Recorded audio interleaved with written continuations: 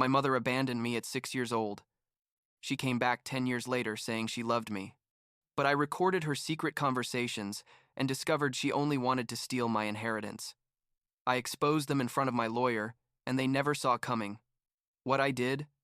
I'm 19 years old, studying engineering in college, and until about 2 years ago, I thought I had already gotten over everything that happened to me as a child. But the truth is that what happened when my mom came back showed me that there are some things you never fully process. I guess I should start at the beginning. Although it's hard because I don't remember much about my dad. He died when I was a baby, like less than a year old. And he left a pretty considerable inheritance, or so they told me later, because obviously when you're a baby you have no idea about those things. What I do know is that my mom was left alone with me and all that money. And apparently, things were okay for a few years. Or at least that's what I like to think. Because I don't have many clear memories from that time. Just blurry images of being in a house I no longer recognize, and of a woman who I guess was her. What I do remember perfectly, and believe me, I wish I didn't, is the day she left me with my Uncle Douglas. I was 6 years old, almost 7, and she showed up one day with 2 suitcases, one for her and a small one with my stuff, and she told me she was going on a business trip and that I was going to stay with Uncle Douglas for a while. I remember I asked her how long, and she just smiled and said, "Not long, honey. Just a few weeks." I remember that detail because I counted the weeks. I literally marked them on a calendar that Uncle Douglas had in the kitchen. And when I got to 4 weeks and she didn't come back, I started asking, "When is Mom coming?" And my uncle would just say, "Soon, Kevin, soon." But she never came back. I mean, she disappeared completely. No calls, no letters, nothing. As if I had never existed to her. Uncle Douglas tried to be nice at first, I guess. But you could tell he didn't want me there. He was my dad's younger brother. He was like in his 30s at the time, single, lived alone in a 2-bedroom apartment that barely fit him. And suddenly he had to take care of an almost 7-year-old kid who wouldn't stop asking for his mom. The first few months were weird. He worked all day at an office. I don't remember exactly doing what. And I went to school and came back to an empty apartment where there was a note stuck to the fridge with instructions on what to eat and to do my homework. There wasn't much conversation between us. Honestly, he'd arrive late, we'd have dinner in silence watching TV, and that was it. But at least he wasn't mean to me. He was just indifferent, like I was just another piece of furniture in his house. That changed when like a year and a half passed and my mom still hadn't shown up. Uncle Douglas started getting more and more resentful, and I noticed because he started making comments like, "Your mom left me this responsibility without asking," or, "I didn't ask to raise anyone's kid." At first I thought he was just venting, that it was normal for him to be frustrated. But then the comments became more directed at me, things like, "If only you were less work," or, "Your dad would have helped me more if he were alive." And I didn't know what to say. I was an 9-year-old kid. What could I do? I tried to be as little trouble as possible. I did my homework alone. I prepared my own food when I could. I tried not to make noise, but nothing seemed to be enough for him. The thing is that Uncle Douglas never hit me or anything physical, but words hurt just the same, or maybe more. I don't know. He'd tell me things like, I was a burden, that my mom probably left because I was too difficult to handle, that nobody really wanted me. And the worst part is that part of me started to believe him, because if my own mom abandoned me, wouldn't it be because there was something wrong with me? I spent years thinking that, honestly, that I was the problem, that if I had been a better son, smarter, less problematic, she wouldn't have left. Now, I know that's ridiculous, that nothing she did was my fault. But when you're a kid, you don't process things that way. You just blame yourself because it's easier than accepting that people who are supposed to love you can simply decide not to. I focused on school because it was the only thing I could control. My grades were always excellent, not because I was a genius or anything, but because I studied obsessively. It was my form of escape, I guess. While I was doing homework or reading for some exam, I didn't have to think about my mom, or Uncle Douglas, or how miserable my life was in that cold and silent apartment. The teachers loved me because I was the perfect student. I always turned everything in on time, participated in class, helped other kids, and I think some of them sensed that something wasn't right at home, but they never said anything directly. They just gave me that look of pity that I hate. You know, the one that makes you feel like everyone knows you're pathetic but nobody wants to talk about it. Things changed when I was 14 and I met Victoria. We were put together on a science project. And at first I thought it was going to be like all the other group projects, where I ended up doing everything because the others didn't care. She actually worked. She had interesting ideas. And most importantly, she treated me like a normal person. Not like the weird kid without a mom that everyone knew I was. We became friends quickly. She was one of those people who have contagious energy, always optimistic, always seeing the bright side of things, and I desperately needed that in my life. We started spending time together outside of school. We'd study at the library, go get burgers on Fridays, normal things that teenagers do. And for me, it was like living in a completely different world from Uncle Douglas's apartment.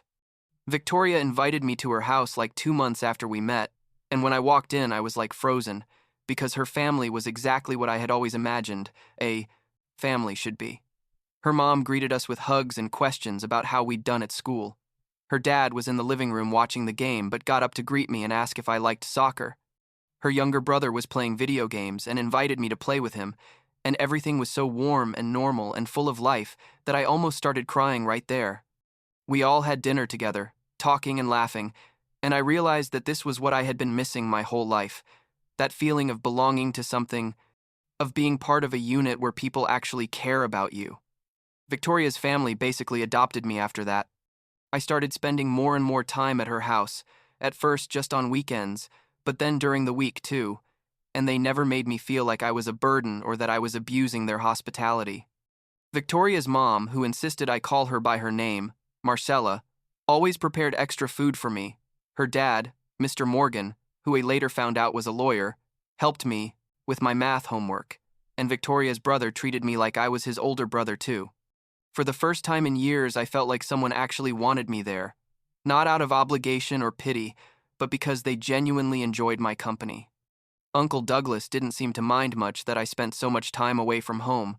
I think he was even relieved not to have me there as much. By the time I was 15, I basically only slept at his apartment. I did my homework at Victoria's house, ate with them, and then came back late at night when Uncle Douglas was already asleep or watching TV in his room. It was a strange existence, like living in two completely different worlds, one dark and cold where nobody really wanted me, and another full of light and warmth where I felt at home. Obviously, I chose to spend as much time as possible in the second one. Things stayed like that for almost 3 years.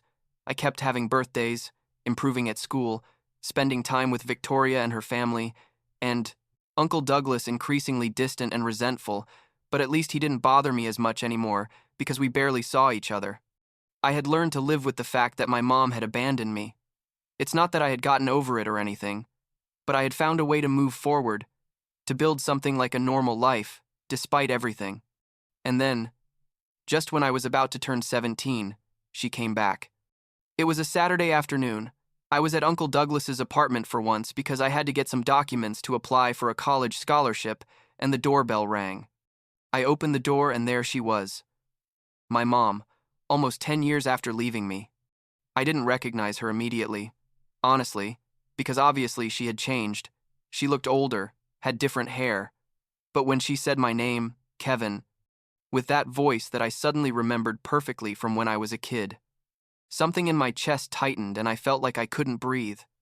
There was a man with her, tall, like in his 40s, well-dressed, who looked at me with a smile that didn't reach his eyes. She tried to hug me, but I just froze. I couldn't move. I just looked at her and thought, seriously? After all this time, you just show up like nothing happened? She told me his name was Lawrence, the man with her, that he was her husband, that they had gotten married like 2 years ago. They came into the apartment without me really inviting them. Uncle Douglas was working that day, and she started talking fast, explaining that she had had to leave because of personal problems, that it had been very difficult for her, that she always thought about me, that she wanted to make up for lost time. Lawrence nodded at everything she said, adding comments like, "Your mom missed you so much," or, "She's very excited to reconnect with you." I was just sitting there on the couch thinking, are you kidding me? 10 years, and that's the explanation you give me? I didn't know what to say, honestly, so I just said I was busy, with school and had to leave soon. My mom said she understood, that she didn't expect me to forgive her immediately, but that she hoped we could start over, get to know each other again. She gave me her phone number, told me they were living in the city, like an hour away, and that they'd love to see me soon, maybe take me to dinner or something. Lawrence added that they wanted to be part of my life, that family was important. I said goodbye to them politely but coldly, closed the door, and literally slid down the wall until I was sitting on the floor, shaking. I called Victoria immediately, and she came to pick me up in half an hour. Victoria and her family helped me process what had happened. Mr. Morgan, with his lawyer mentality, asked me practical questions like, "Did they tell you specifically why they came back now? Did they mention anything about your inheritance?" And I hadn't thought about that, honestly, but when he mentioned it, something clicked in my head. I was about to turn 17, and I knew that when I turned 18, I'd have access to part of the money my dad had left, the rest when I turned 25. Could it be possible that she had come back right now because of that? I told Mr. Morgan I didn't know, that maybe I was being paranoid, but he told me it was good to keep my eyes open, that people do strange things when money is involved. My mom started calling me often after that day, like every 2 or 3 days, always with cheerful and affectionate messages that felt completely fake, coming from someone who hadn't been part of my life for a decade. They'd invite me to dinner, to spend the day with them. They said they wanted to get to know me, that it was important to them to be a family. I went to a couple of those outings. I don't know why exactly. Maybe part of me still wanted to believe that she really regretted it, that she had come back because she missed me. We'd go to expensive restaurants. She and Lawrence would pay for everything. They'd buy me gifts, clothes, gadgets, things I had never had. And the whole time they'd talk about the future, about how when I went to college they would help me, about how we were a family now. But something felt wrong. You know, like when you know someone is selling you something but you can't identify exactly what. Lawrence asked a lot of questions about my financial situation, about my dad's inheritance, about who managed it now, about when I would have access to it. My mom would always change the subject when the questions got too direct, but I could see that she was also interested in the answers. I started being vague in my responses, saying I didn't know much about those topics, that Uncle Douglas handled everything, that I had never really asked. That seemed to frustrate them, but they tried not to show it too much. After like 2 months of these outings, I started noticing a pattern. Every time we met, the conversation would eventually drift toward money, toward my future, toward the idea that I needed help managing my inheritance when I had access to it. Lawrence started suggesting that he could help me, that he was good with finances, that he could make sure I didn't waste the money. My mom supported everything he said, adding that she only wanted the best for me, that they had thought a lot about how to help me. I would nod and smile, but inside I was increasingly sure that Mr. Morgan was right, that this wasn't about reconnecting with me. It was about the money. The confirmation came in the stupidest way possible. I had gone to their house, a big nice place that clearly cost them a lot to maintain, and I was in the bathroom when I heard them talking in the next room. They weren't exactly whispering. I guess they thought I couldn't hear them because of the water noise, but the walls were thin and I basically pressed my ear to the wall like in the movies. Lawrence was saying something about how they needed to make sure I signed the papers before I turned 18, that afterward it would be more complicated because I would have more control. My mom responded asking if he was sure the plan would work, and Lawrence said yes, that once I gave them power over part of the money, they could use it to save the house and pay off their debts. My mom sounded worried, saying that maybe they were being too obvious, but Lawrence reassured her, saying I was just a kid, that I didn't suspect anything. I came out of the bathroom trying to act normal, but inside I was exploding, a mix of rage, sadness, and a kind of twisted relief that my suspicions were correct, that I wasn't being paranoid. I ended that visit as quickly as I could, made up an excuse about homework and left. On the way back on the bus, I couldn't stop thinking about how pathetic it all was. My mom had literally come back just for money. She didn't even care about me as a person, only as a way to save her financial situation. And the worst part was that part of me still wanted to. I believed that maybe I had misheard, that maybe there was another explanation, but I knew I was lying to myself. I told Mr. Morgan that same night, and he got serious immediately. But he explained to me that what they were trying to do was probably technically legal if I voluntarily signed documents giving them access to my money, but that it was morally repugnant and that I shouldn't do it under any circumstances. He suggested I start recording our conversations, that although we couldn't use the recordings legally without their consent, at least I would have evidence for myself of what they were doing. He lent me a small recorder he had and taught me how to use it discreetly. The next few weeks were strange. I kept seeing them, but now with this secret objective of getting clear evidence of their intentions. They intensified their efforts. The invitations were more frequent, the gifts more expensive, and Lawrence started being more direct about the money topic. At one of our dinners, he literally pulled out some papers, legal documents that, according to him, would help me prepare my financial future. He said, I just needed to sign some things, giving him authorization to act on my behalf in certain financial matters, that it was normal. That this way, he could invest my money and make it grow before I turned 18.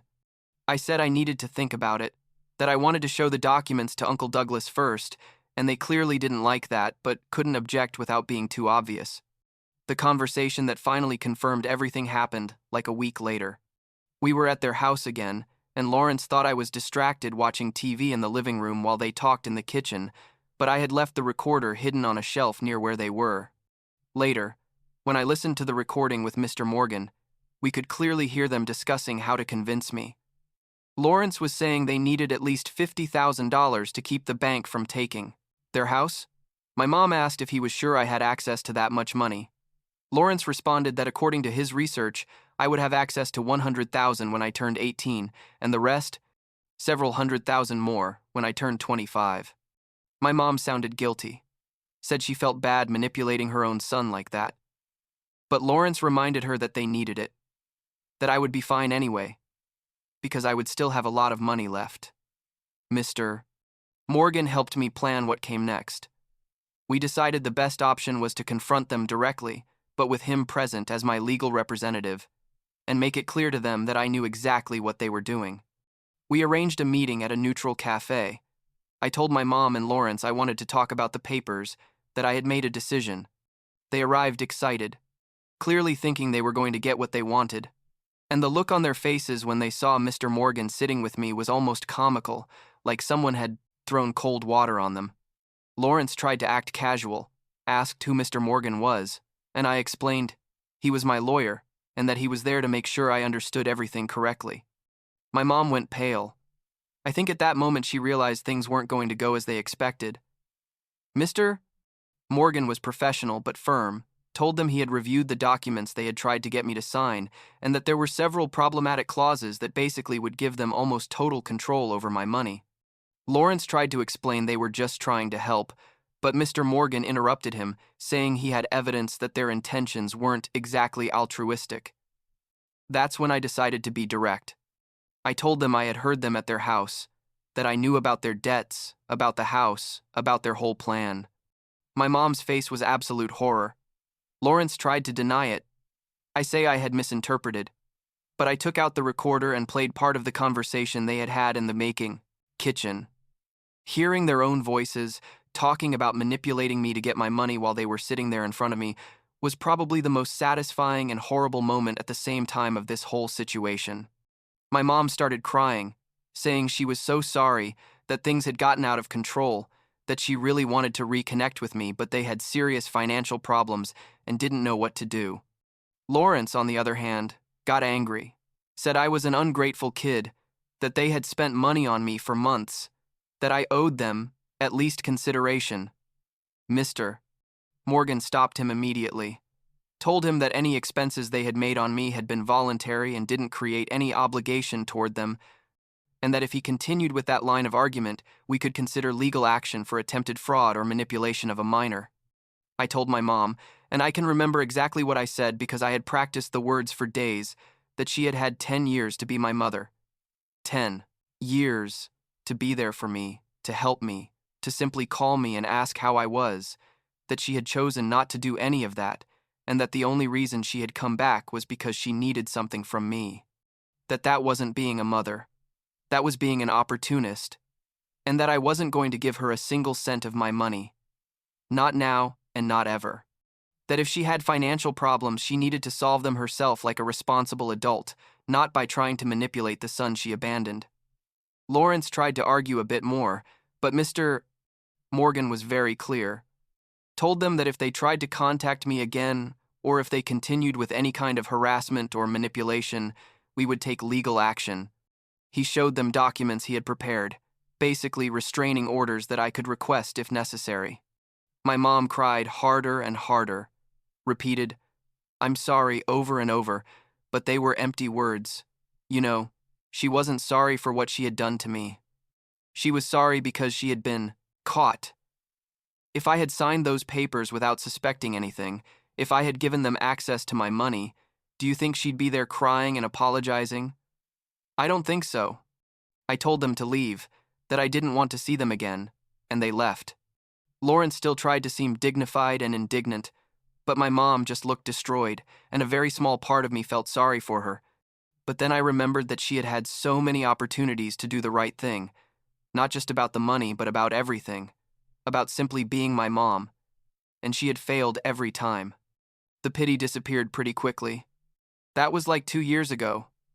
I turned 18 recently, had access to the first part of my inheritance, and Mr. Morgan helped me set everything up correctly, with investments and a financial plan that ensures the money lasts and grows. I'm in college now, studying engineering like I said at the beginning, and things are okay, I guess. Uncle Douglas and I still don't have a relationship, but at least I don't live with him anymore, so we don't have to deal with each other as much. He never apologized to me for how he treated me all those years, but I don't expect him to either. Some people just aren't capable of that kind of reflection. Victoria is still my best friend, and her family, well, they're my real family, more than anyone I share blood with. Mr. Morgan told me recently that he's proud of how I handled the whole situation with my mom, that many kids in my position would have fallen for the manipulation or would have given in out of guilt or hope of reconnecting with their parents. I don't know if I did exactly the right thing. Sometimes I still wonder if I should have given her a real chance. But then I remember she didn't come back for me. She came back for my money. And that says it all. My mom tried to contact me one more time a few months ago, a long email message saying she had broken up with Lawrence, that she had realized he had manipulated her too to try to get my money, that she really wanted to be part of my life without any financial interest. Maybe it's cruel, I don't know. But after everything that happened, I simply don't have the emotional energy to give her another chance to disappoint me. I've had enough disappointment from that woman for a lifetime. Now I'm focused on my future, on finishing my degree, on building something with my life that my dad would have been proud to see. I never met him, but sometimes I feel like I owe him something, because he worked hard to leave that money, probably thinking it would be to secure my future, and I want to honor that by using it well, not letting greedy people like my mom and Lawrence waste it. Life is strange, honestly. Sometimes the people who should love you are the ones who hurt you the most, and the people who have no obligation to you are the ones who end up saving you.